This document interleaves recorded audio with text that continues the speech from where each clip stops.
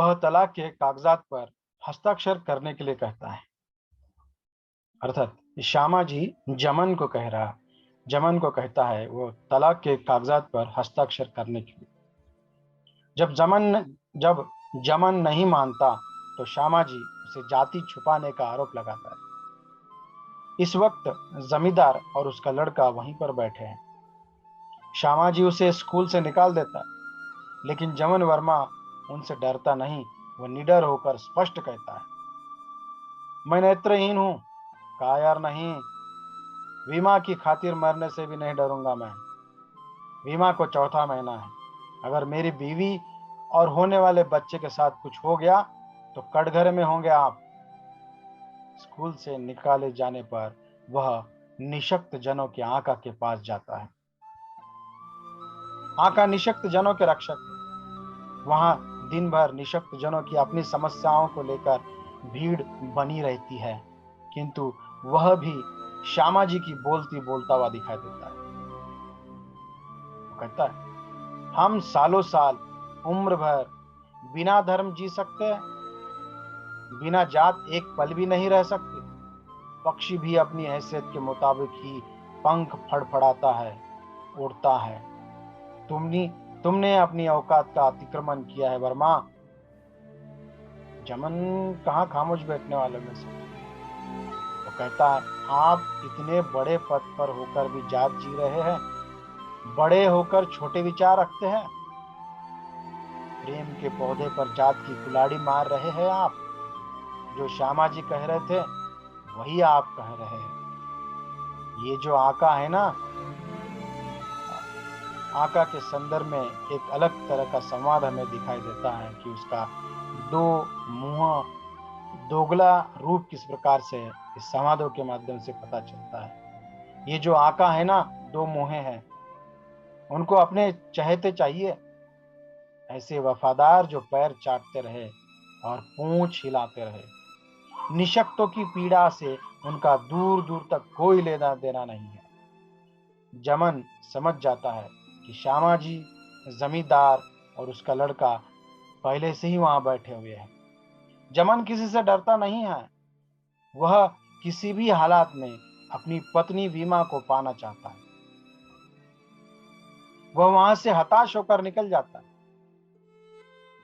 वह auto rickshaw में सवार हो विकलांग संघ के अध्यक्ष एवं अपने मित्र देवत सिंह की ओर निकल पड़ता है। देवत सिंह को पत्नी वीमा के अपहरण, श्यामा जी एवं निशक्त जनों के आका, वीमा के जमींदार पिता एवं भाई का व्यवहार बताता है।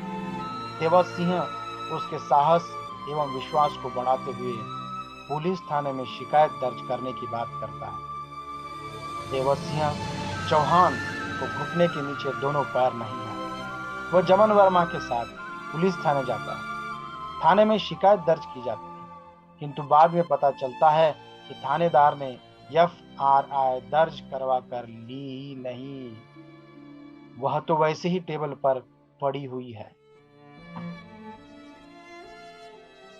देवत सिंह अपने परिचित शहर के प्रतिष्ठित अखबार दैनिक बाज के संवाददाता अर्थात पत्रकार C झा अर्थात चमक चंद्र झा को बुलाता है।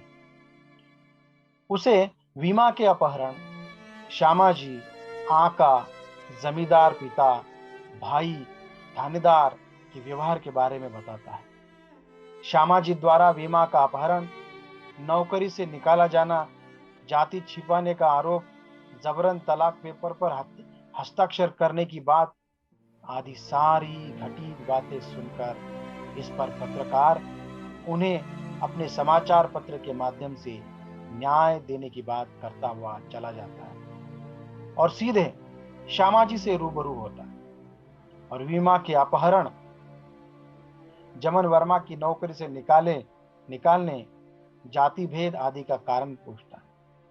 श्यामा जी पत्रकार झा के कारण अपने भविष्य को संकट में पाता है, इसीलिए पहले वह उसे जाति का प्रलोभन देता है।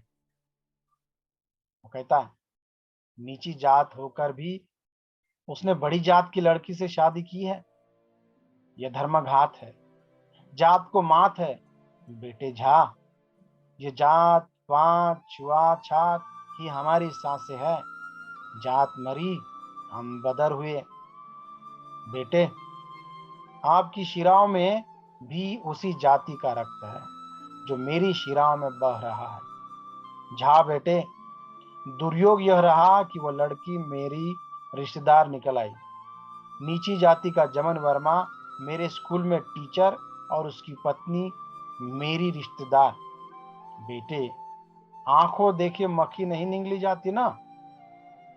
जब वह जाति के प्रलोभन से नहीं मानता, तब वह पैसों के प्रलोभन से उसे खरीद लेता है। पत्रकार झा श्यामा जी के अनुसार खबर को दूसरे दिन दैनिक बाद समाचार पत्र में छाप देता है। जमन वर्मा को समाचार पत्र से न्याय देने की बजाय उसे ही गलत साबित करते हुए वह श्यामा जी को सही साबित करता है।